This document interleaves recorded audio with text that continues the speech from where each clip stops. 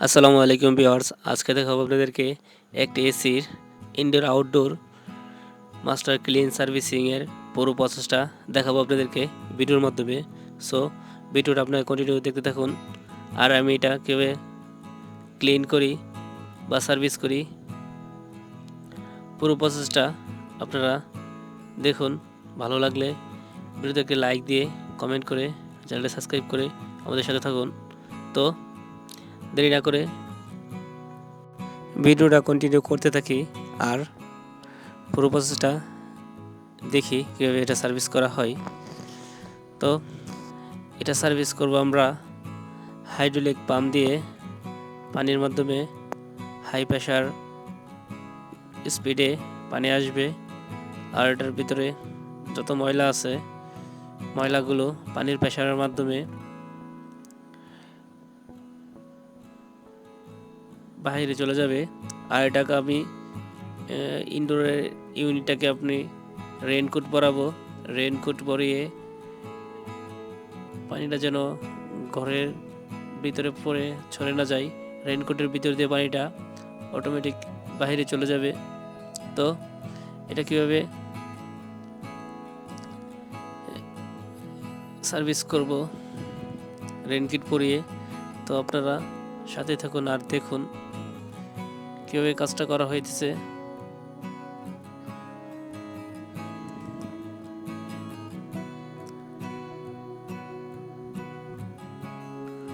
এখন এটা খুললাম, খুলে এখন এই পাশে সার্কিট লাইন আছে, ইলেকট্রিক ফাংশন। এটা আমি পলিথিন দিয়ে ভালোভাবে প্যাক করে এখন ট্যাপিং করব। ট্যাপিং করে যাতে পানির স্পিডটা হলেও যাতে সার্কিটের কাছে পানি না যায় আর ইলেকট্রিক্যাল ফাংশনে পানি যাতে না ভিজে, এই জন্য এটাকে আমি সেফটি করলাম। সার্কিটটা ট্যাপিং করতেছি। তো ট্যাপিং করা শেষ করার পরে আমি এটা রেইনকোট পরাবো। তো দেখুন সার্ভিসিং কাভারটা কীভাবে পরাইতেছি, এটা পরিয়ে দেখুন এটা কীভাবে ইনডোর ইউনিটে পরালাম। তো এখন এটা পরানোর কারণে পানি ইনডোরে যে পানি মারবো ওয়াশ করার জন্য, পানিটা ভিতরে ঘরে কোথাও পড়বে না, পানি রুমে পড়ে ছড়বে না। তো এটা দিয়ে পানি অটোমেটিক বাইরে চলে যাবে।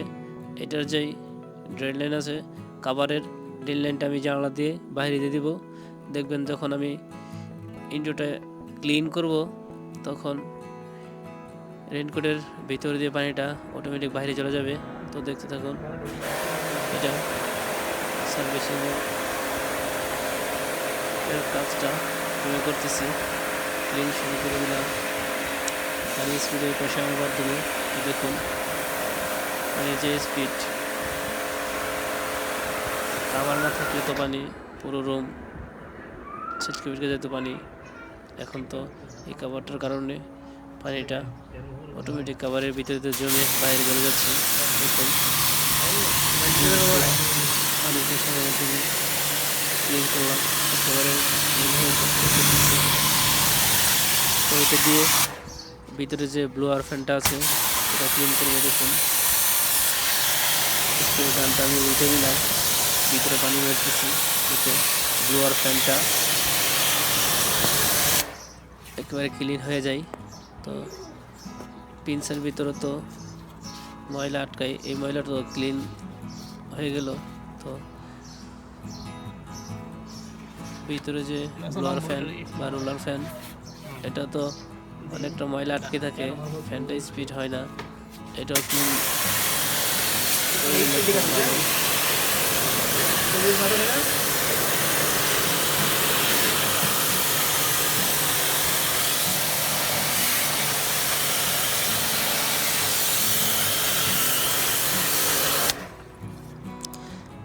এখন আমাদের ইনডোর ইউনিট সার্ভিস করা শেষ। এখন আমি এটা রেইনকোট খুলবো না, কাভারটাও লাগাবো না, পানিটা একটু পড়লে তারপর লাগাবো। তো আমরা এখন আসে পড়লাম আউটডোর সার্ভিস করতে। ইনডোরটা পানি জড়তে থাকুক, আউটডোর সার্ভিস করে তারপর ওইটা ফিটিং করব গিয়ে, তারপর চালাবো। এখন আউটডোর ক্লিন করতেছি। তো দেখুন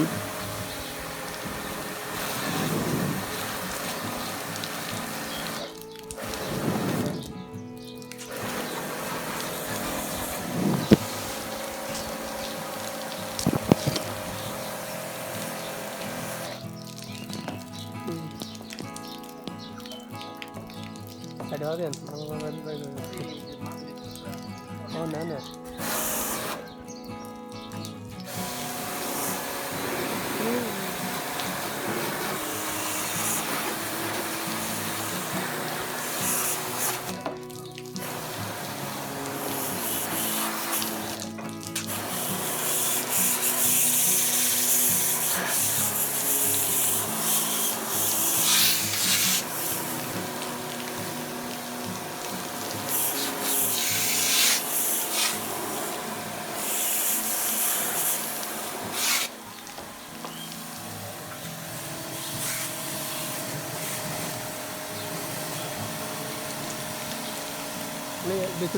বেশি রুটে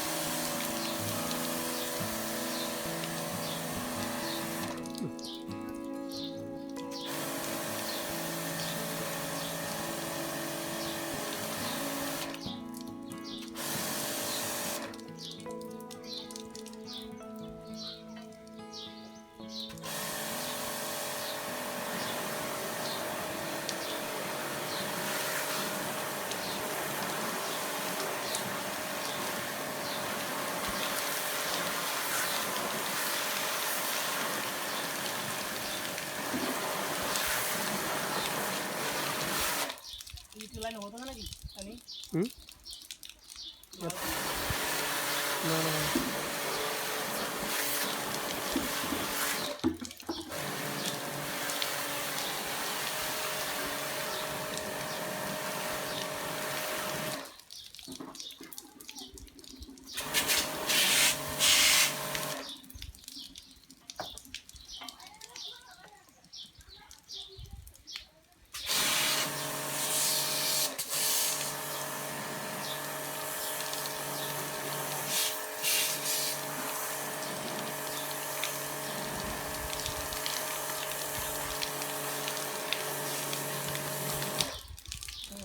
আমাদের আউটডোর ইউনিট সার্ভিস করা প্রায় শেষের দিকে।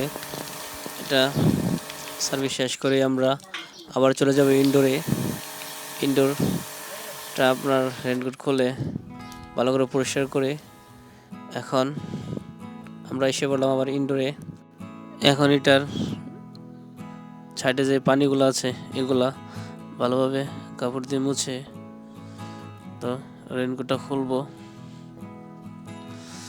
যে পানিগুলা সাইডে লাগা আছে এগুলা পরিষ্কার করতে হবে, মানে এগুলা না হলে নিচে পড়বে, তাই এগুলা পরিষ্কার করে রেনকোটটা খুলতেছি।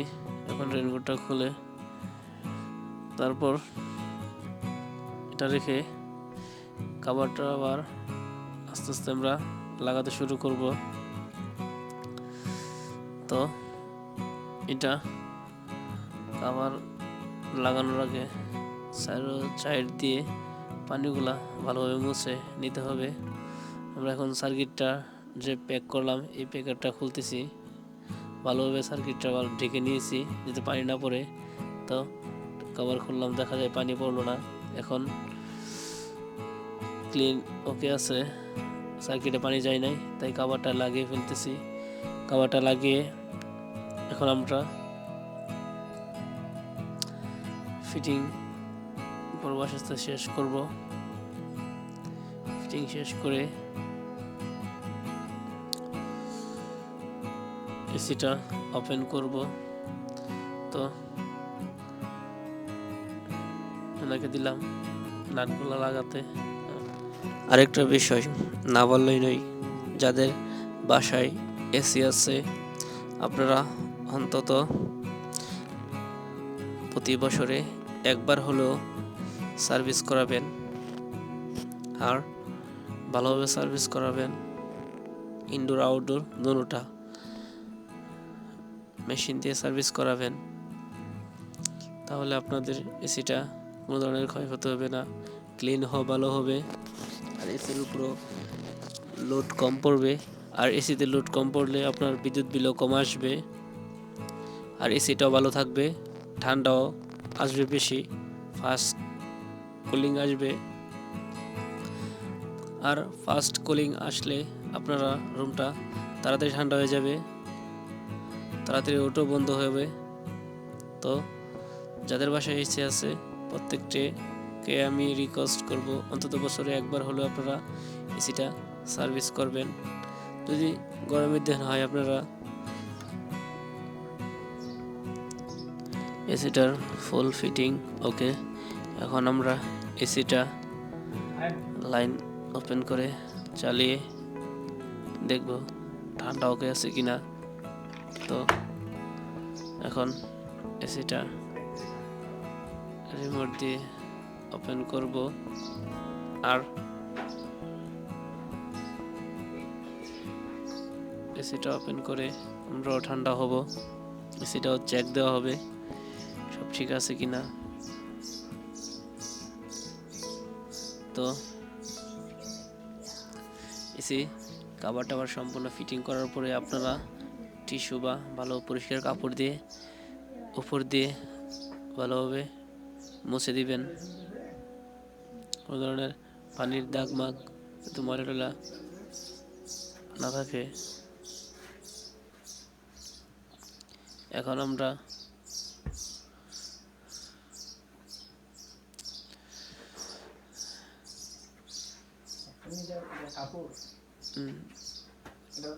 এখন দেখা যায় সম্পূর্ণ ওকে আছে।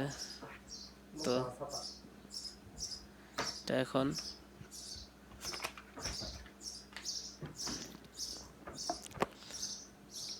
চালাবো।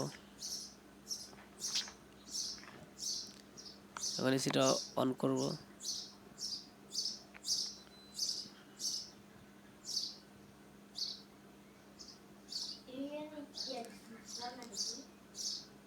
যে এসি ওপেন হয়ে গেছে, সাথে সাথে ঠান্ডা শুরু হয়ে গেছে, বাতাসও আসতেছে, ঠান্ডা কুলিং আসতেছে। তো আমরা এখন এসিটা ছেড়ে রেস্ট নেব।